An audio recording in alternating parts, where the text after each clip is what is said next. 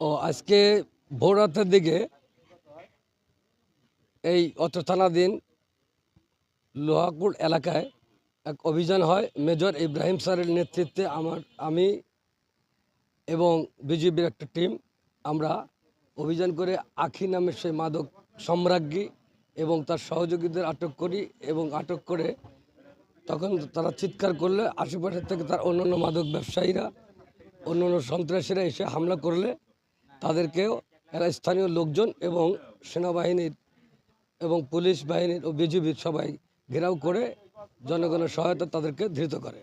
এবং জনগণ তাদেরকে মারপিটও করে, এতে তারা কিছুটা আহত হয়। আমি উদ্ধার করেছি 7,005 পিস ইয়েবা এবং প্রায় 2 কেজি গাঁজা, আর টাকার পরিমাণ হচ্ছে